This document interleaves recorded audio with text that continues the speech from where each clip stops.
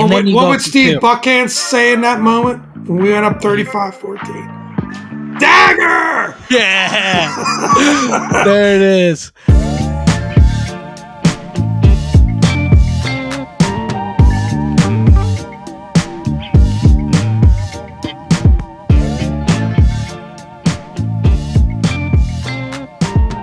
Pop, what's going on, man? Hail.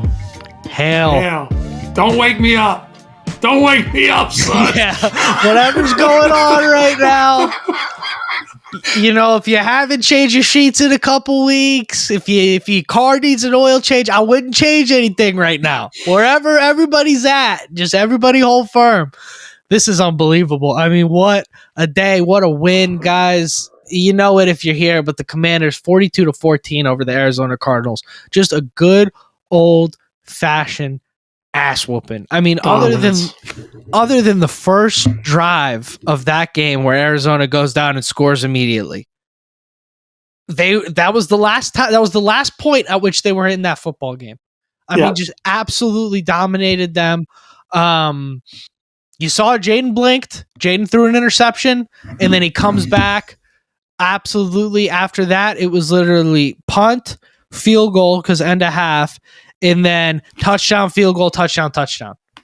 So that's how you respond to adversity, right?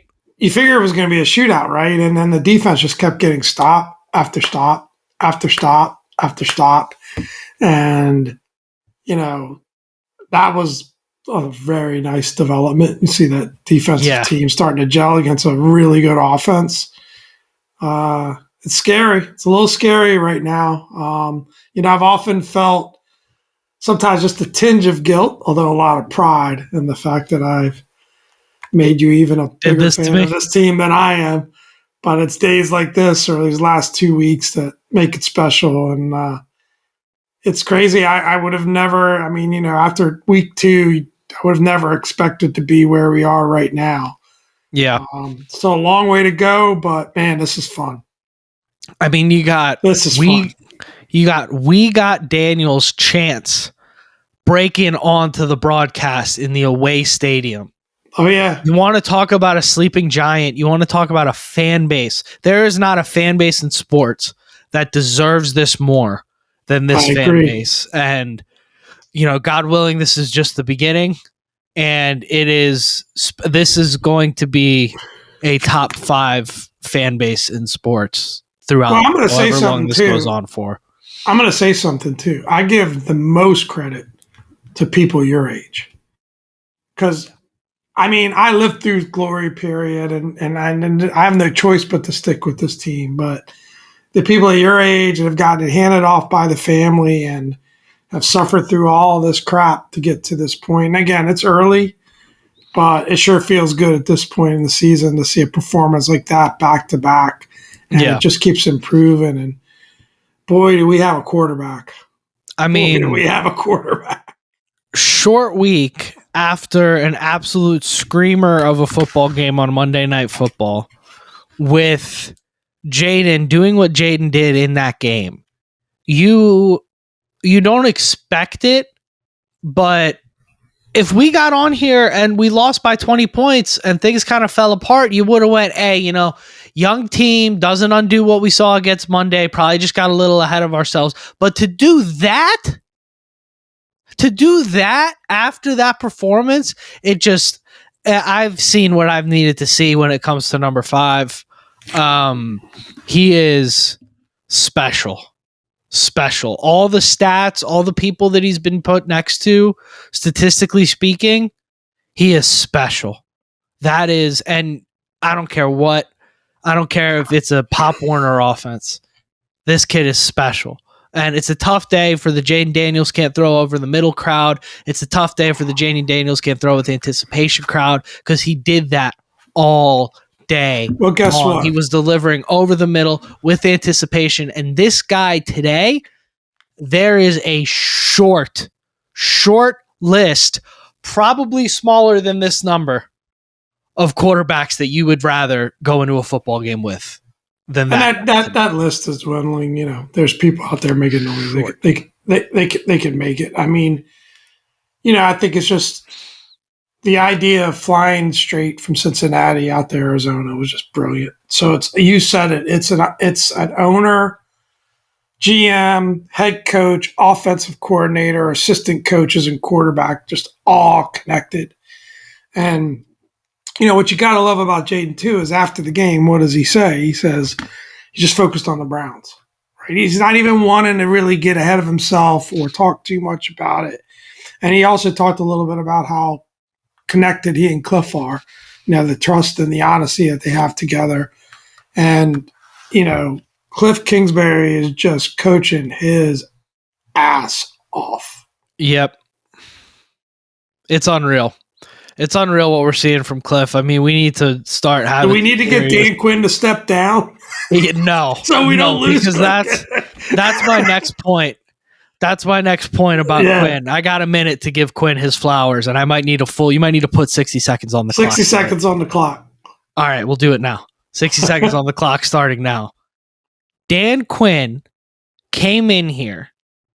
90% of the fan base was upset about it. I would say I'm probably part of the 10% that was neutral to happy, but we all had another guy who, a fungula to the other guy. Who cares about the other guy at this point? We had another guy in mind, right?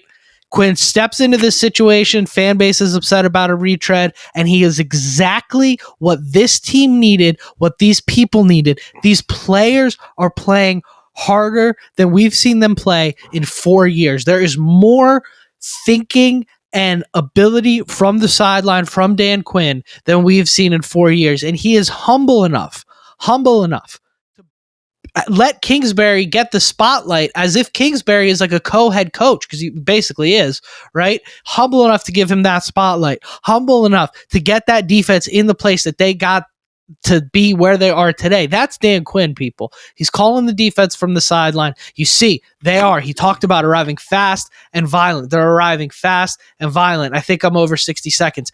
Dan Quinn is as important as any piece to this puzzle. I know it's obvious he's the head coach, but I don't hear him getting talked about enough. I am in love with Dan Quinn in a way I haven't loved the Commanders head coach in God knows how long, maybe ever.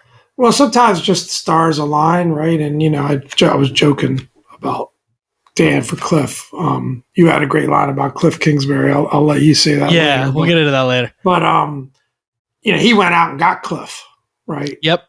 And this organization went out. And stars aligned. Like Cliff was going to Vegas. He was going. He accepted that job. But then he didn't like the contract terms. And we swooped in. And it was really more Dan Quinn than anyone else. If you read the Washington Post article, that made that happen. They made it sound like Magic Johnson got there. It's actually not true.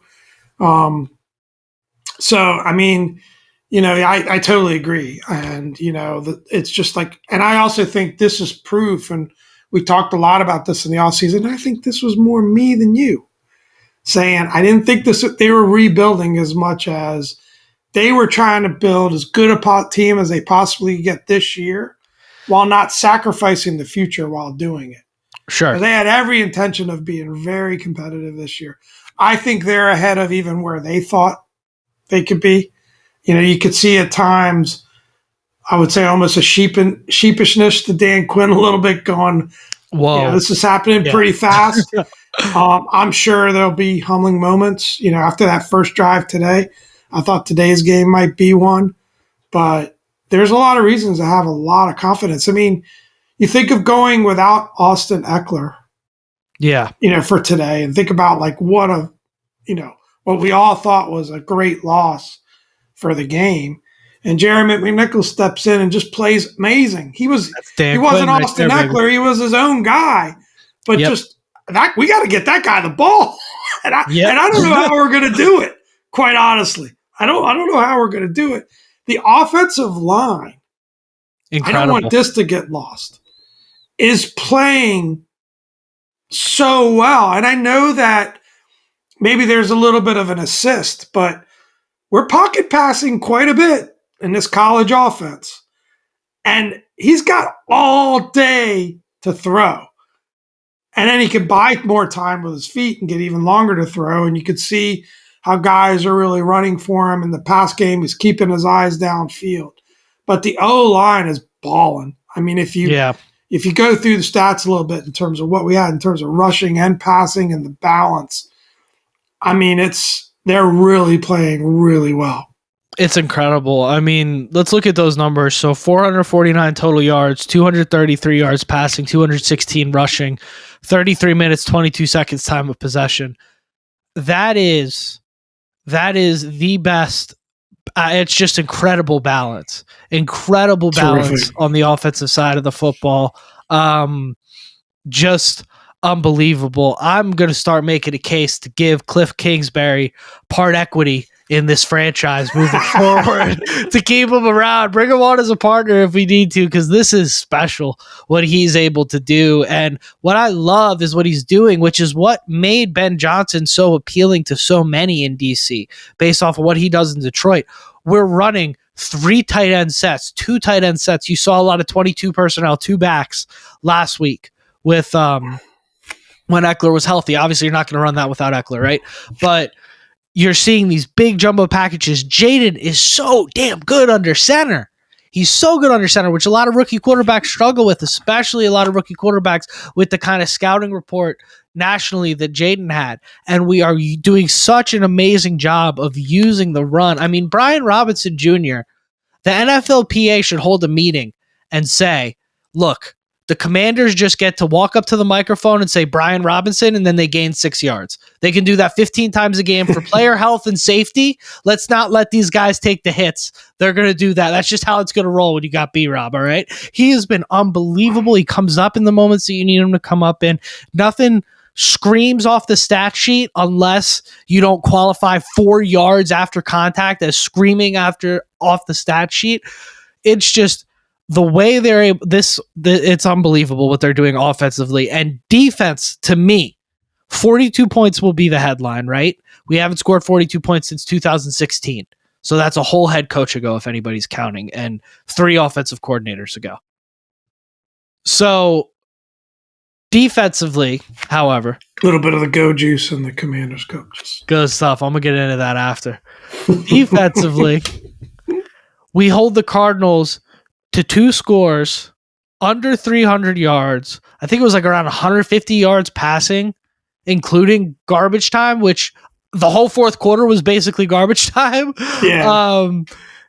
4 sacks, and you force a turnover with that fumble, which is just, you want to talk about arrive fast and violent to the football. That's that play right there. I mean, when was the last time you saw guys holding a guy up so that somebody else could strip the football? Who pulled it out? I was having a hard time remembering that. Yeah, I don't remember. Sorry about that. Put you in the spot here. No, you're good. Can't remember everything, but yeah, I mean, just the defense. I know Chin recovered the football. I know Chin recovered it. Yeah, we'll mention him in a bit, but you know, the defense. The key moment for me, it's 14-7. Jayden gets a little ahead of his skis, tries to fit a ball into Terry. Terry was open. It was the right read. It was the right throw. It was the right guy, right everything. Ball just sailed a little bit. Happens to everybody. Happens to everybody in the league. Happened to Tom Brady. Ball sails a little bit. Interception. And you're going, uh-oh. Defense isn't great. Offense, maybe that's a hit. They're going to tie the game up. We're going to be in a little bit of a dogfight. And defense, 3 and out. Hits him in the mouth. Offense gets the ball back, stalls a little bit. Defense again, 3 and out. And then we go down, kick the field goal, go up 17-7, 10-point lead on the road at the half. Game was over at that point, if you go based off how the rest of the game went. Defense, when you needed them, not only bend, don't break, hold them to a field goal, 3 and out against Kyler Murray and Marvin Harrison Jr. and James Conner and the team. I know they were without McBride today, but this is the NFL. Injuries happen against a team with a good offense. Well, you always had the sense that there's more talent there than what they were showing. Sure. And you also know there's very good coaching. And I think, I kept saying, and not that I had any confidence that it would actually happen based on what we were seeing, but I kept saying, hopefully they'll start to mix and match and start to really understand. And, I think they're starting to get better performances out of the guys. And, across the board, I mean, Jeremy Chin, the last couple of weeks has really been flashing. We'll talk about him later. But, I think you're seeing, that defense start to play better. And if that defense plays like it did today, the league better go on notice because that offense is not going to stop scoring. If we could get a top 15 to 20 defensive performance, it's the recipe, right? This could get a little scary. Top half defense, top 5 offense. That's usually the recipe. Yeah. We'll leave it at that. First place in the NFC East, and you got the 12-play, 70-yard drive after the Cardinals. This was my favorite. To go up 35-14. Touchdown pass to Terry from the 10. You've got penalty down in the red zone. JD don't care, baby. You got people saying Jayden can't throw over the middle. How about a quick slant to Terry? And then what would Steve Buckhantz say in that moment when we went up 35-14? Dagger! Yeah. There it is.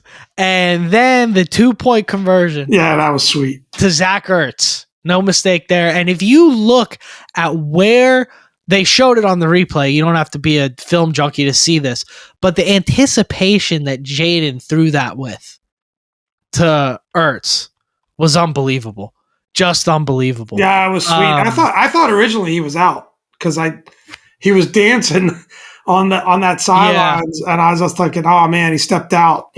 Great play, but then they showed the replay and he was tight roping that sidelines. And talk about a guy that was fired up. Yep. Zach Ertz was fired up. Yeah, rightfully so. Arizona and play. Yeah, he got ran out of town after being pretty good there and a couple injuries and a lot of Arizona. He probably spent a lot of time in his last few weeks, months, year or so in Arizona hearing from a lot of that fan base exactly what they did or didn't think of him. And so for him to go back today and things end the way they ended, same for Cliff. Cliff will never say it. He's too classy. He's too good of a guy. Some people around the NFL say he was too nice to be a head coach. That was the problem. Well, you know who would say it, though? Dan Quinn would say it. Yep. So Dan Quinn gave Cliff Kingsbury a game ball after the game. And I'll quote, "There's one MFer who ain't leaving this effing city without one," and handed the ball to Cliff Kingsbury. I hope there's video of that. Yes, sir. I cleaned it up for the kids, even though the taunting penalties happened today anyway. But yeah, so gotta love for them to have to see that. Gotta love that. Yeah, great quote by JP Finley on those taunting penalties. Really funny stuff. We'll get into that later in the game once we start talking awards and whatnot. Which, speaking of which, I also love the fact there's one little nugget I just want to throw in here: 9 different pass catchers. That ball was getting spread all over the place, and some guys stood out that we'll get into our awards. I had to run to the store and get more helmet stickers. That's why we're all a little later than normal. You wouldn't know that because we always release same time Monday morning. But I ran out of helmet stickers. Yep. You can give the whole team a helmet sticker today. We're panic buying helmet stickers like COVID masks right now. That's it. We're just stocking up on them the way these guys are playing. Helmet stickers. You can't buy them fast enough. Guys, let's get into it. Again, your 3-1 Washington Commanders, first place in the NFC East, sole ownership. And this is not a he who must not be named 7-9 first place in the NFC East. This is, they are the best team in the division through 4 weeks, period. It's not through 4 weeks. I guarantee you Eagles fans, Cowboys fans, and Giants fans are all going, S. Yeah. Anyways, now it's early. We're going to enjoy this one tonight. We'll be on to Cincinnati. Yeah. In our pregame pod Thursday morning sharp. But as of right now, without a doubt, I mean, they're the scariest team in the NFC East. Tonight, no doubt. We're riding high. Let's get into the Sauce Awards, ladies and gentlemen. Sauce Award, otherwise known as the Jayden Daniels Award. Jayden Daniels, 26 for 30, 233 yards passing. Just in case you guys are counting, through 2 weeks, that's 6 incomplete passes. 5 total touchdowns, 6 incomplete passes through 2 weeks. Make of that what you will. 1 touchdown, 1 interception, tough INT happens, 8 for 47, and a rushing touchdown. another unbelievable performance from Jayden Daniels, just in control, just calm, cool, collected, incredible poise. I mean, 3rd and 13 to Noah Brown rolling out of the pocket, getting that touchdown, taking that deep shot to Noah Brown, drawing a little bit of PI, and then the run. How about that touchdown run? Yeah. Incredible. I mean, he's got like the ball carrier vision of a running back, the speed of a wide receiver, and the arm of the flip as good of a QB as slide, you could another slide. I think he's an accomplished slider now. Yeah, pro slide guy. Tough day for the Jayden Daniels can't slide crew as well. And that flip to Zach Ertz, I jumped out of bed. I was watching the game in bed on TV, and I jumped out of the bed, and I was like, "Oh, we're just having fun now. We're just having Actually, fun now." I think that was a poor decision because I think he might still be running had he taken off there. Yeah, but that's. But I still liked it. Liked it. The bottom line is that's team ball right there. That's team ball right there. I'd rather Zach Ertz take the hit than Jayden Daniels. That's the whole design, right? That's the point. I agree. Offensive helmet stickers, Brian Robinson Jr., 21 for 101.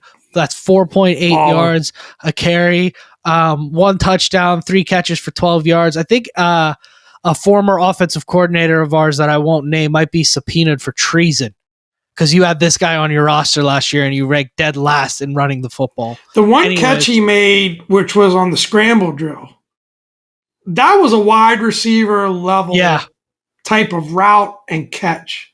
It was super impressive from B-Rob. I mean, it's one of those, you look at 3 catches for 12 yards, you're like, okay, that's not too special, but that particular catch was terrific. And go ahead and drop a subscribe to the only podcast that told you from the day Brian Robinson was drafted that he was underrated as a pass catcher. Go ahead and subscribe to that podcast, because I sat here the day he was drafted and said that.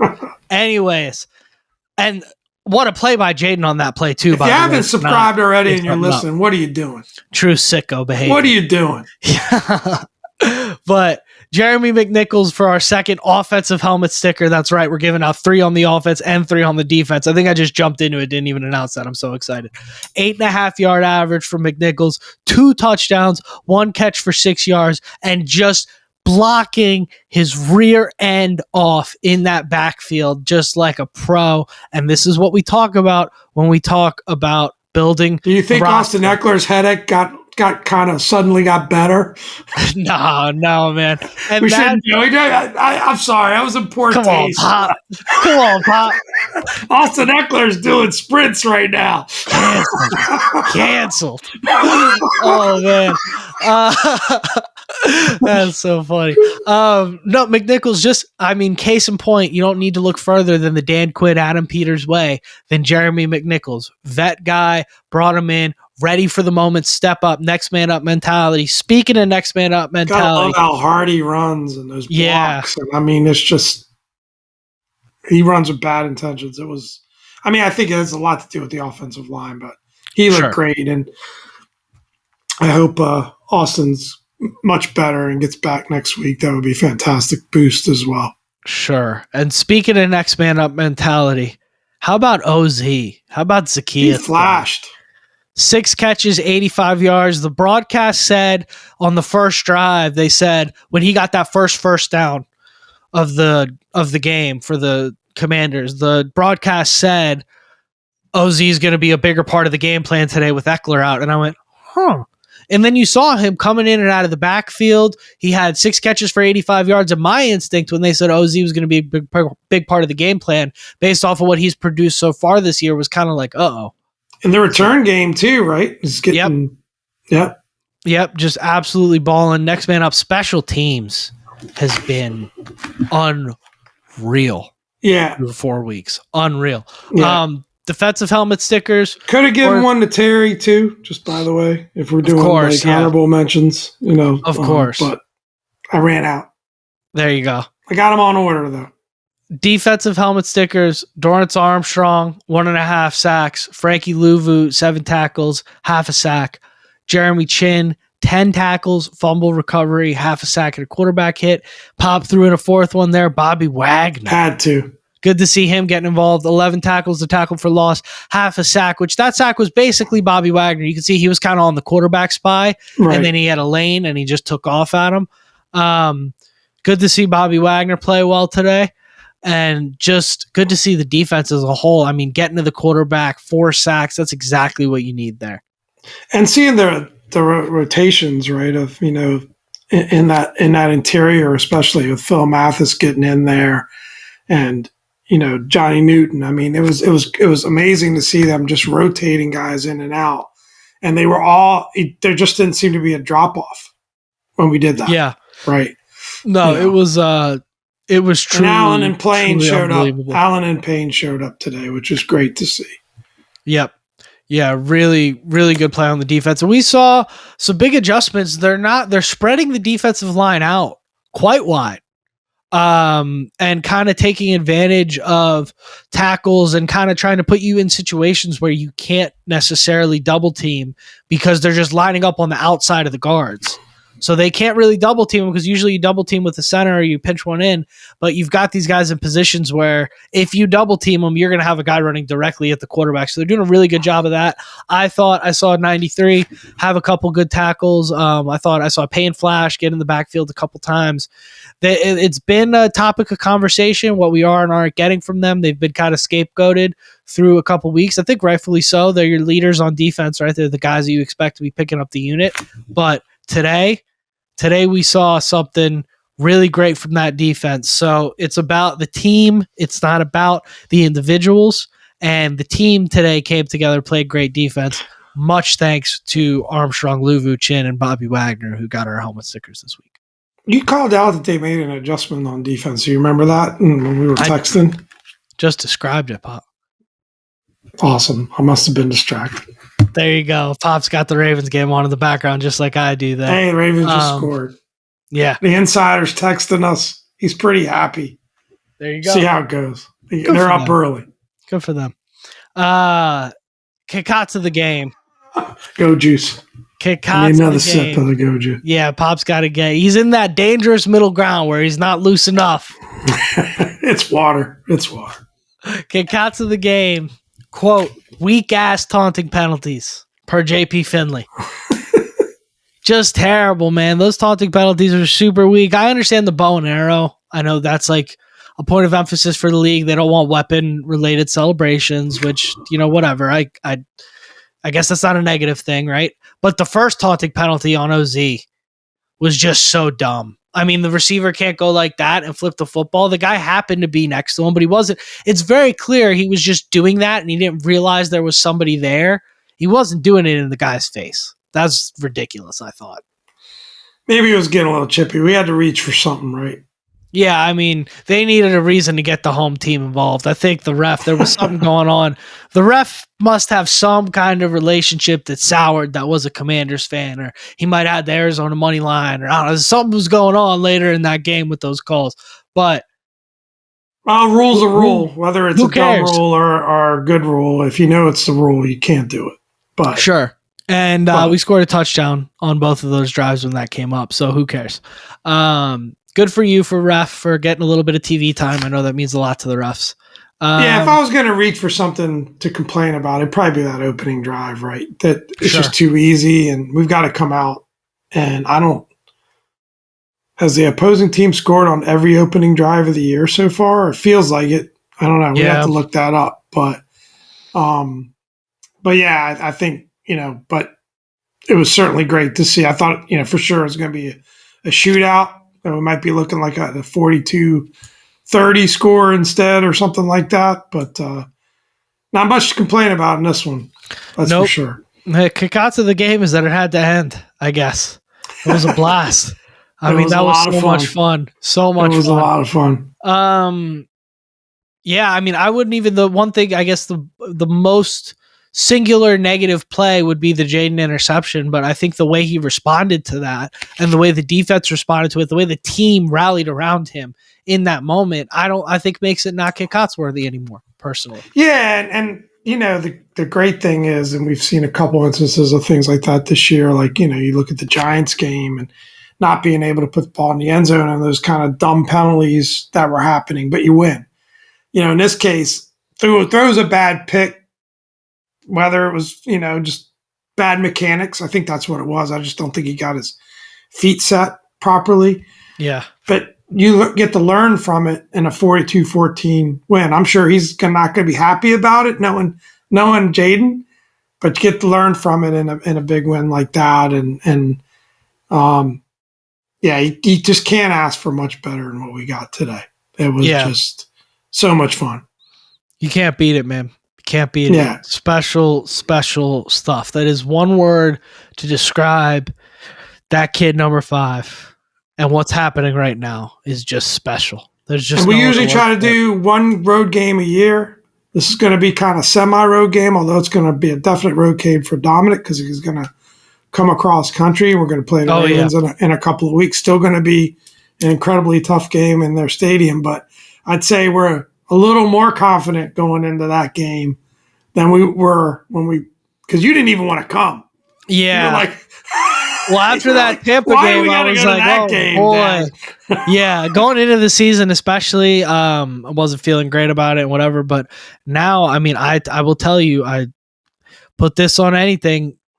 When I got number 5 at quarterback, I feel good walking into just about any stadium. Yeah, you feel like you can compete, right? We're going to go up against some really good teams like the Ravens. And, we may walk out with an L. But at least you know that you're gonna be able to compete, and it's gonna be fun, and that's really good. We'll get into. We got a couple weeks before we need to pregame that one. You take care of business against Cleveland, and even if you lose to the Ravens, you're 4-2 in week 6. Yeah, come on, man. I mean, you can't be. You would take 3-3. You would have taken 3-3 a few weeks ago. So just incredible. Really, really excited about where this team is going, what's going on.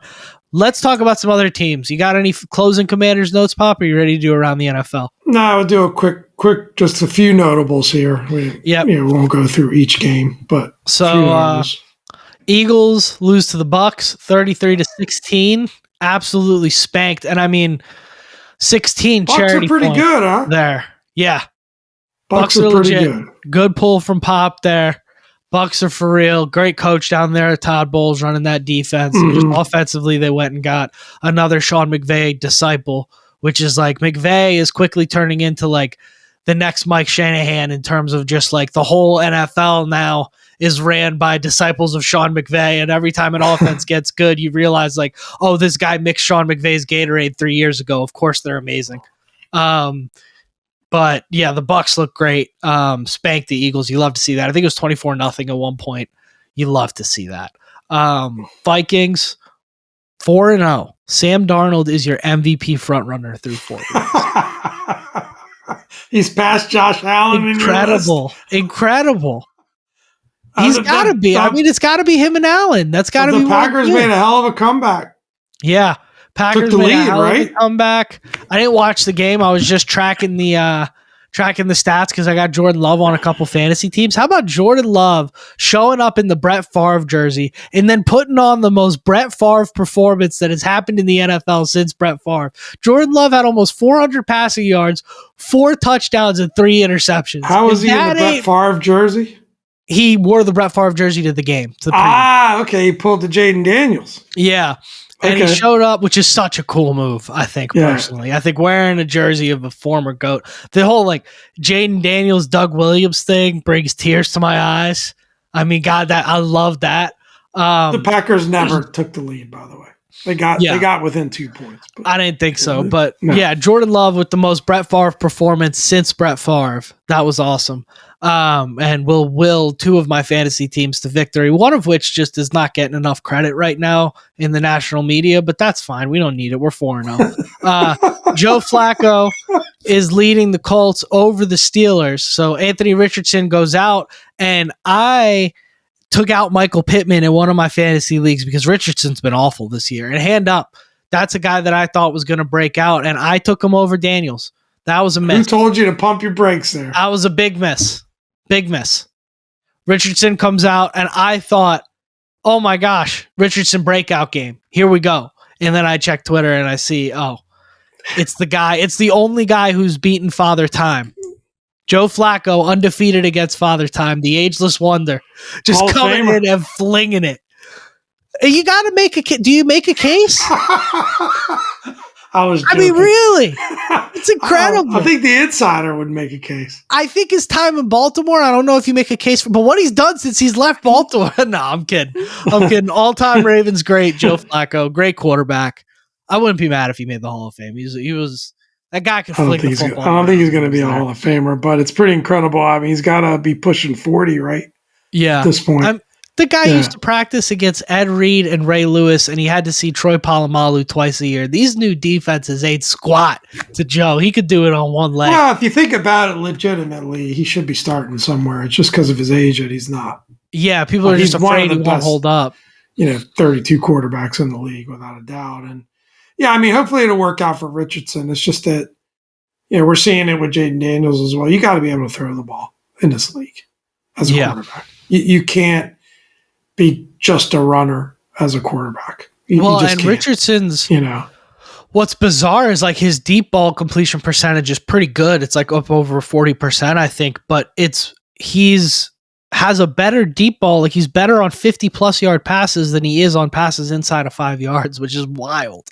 You want to talk about his stat? That's different. I don't know. Well, our college. I think he's going to, obviously it's going to take some time. Maybe he'll, we could see like a,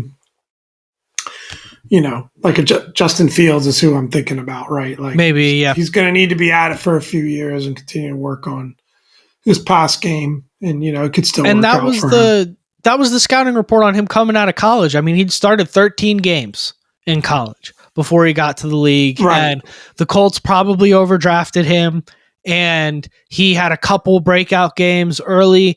And then got hurt and was out for the season, and you want to buy the hype at that point. But, it is the scouting report on Richardson was that he's incredibly raw and, is going to need a lot of developing, but is just an incredible athlete. That was the scouting report. Yeah, I guess we have no idea how serious his injury is. It's a hip injury. I don't know. He called it sore. So, we'll see. But I mean, the Colts over Steelers is that's their first loss of the year. So that was a bit of a surprising one as well. Ever since the first ballot Hall of Fame water slide Olympian busted up his hip, I'm traumatized from hip injuries, man. But anyways, it's a new day.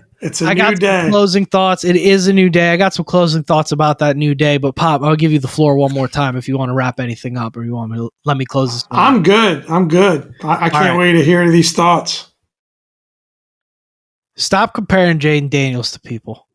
That's my closing thought. I don't want to hear he's the next Mahomes. I don't want to hear this stat hasn't happened since Brady. I don't want to hear he's a better passer than Lamar. I don't want to hear any of that stuff. Jayden Daniels is Jayden Daniels. And I will ride into war with that guy over 31 other quarterbacks across the NFL right now. That is my guy. Stop comparing him. Stop trying to say he's this or he's that. He's Jayden Daniels, and damn it, he looks pretty good.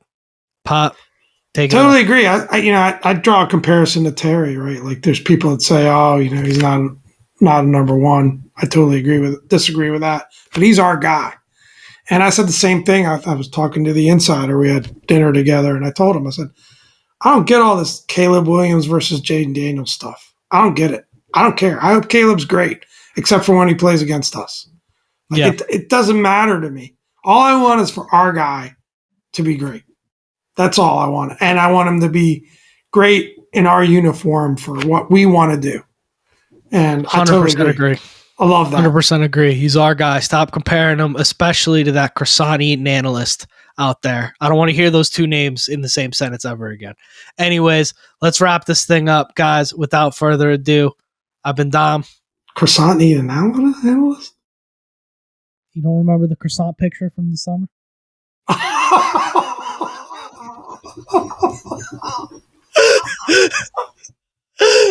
Oh, okay. I get it now. You're going to have to redo it. That was a bomb. That was a great joke. Anyways, let's wrap this thing up. Oh, it got even funnier with it. Yeah, there you go. Let's wrap this thing up, guys. Without further ado, I've been Dom. This is Pop. Thanks for another great week, everybody, and hail to the command. Hell. Baby,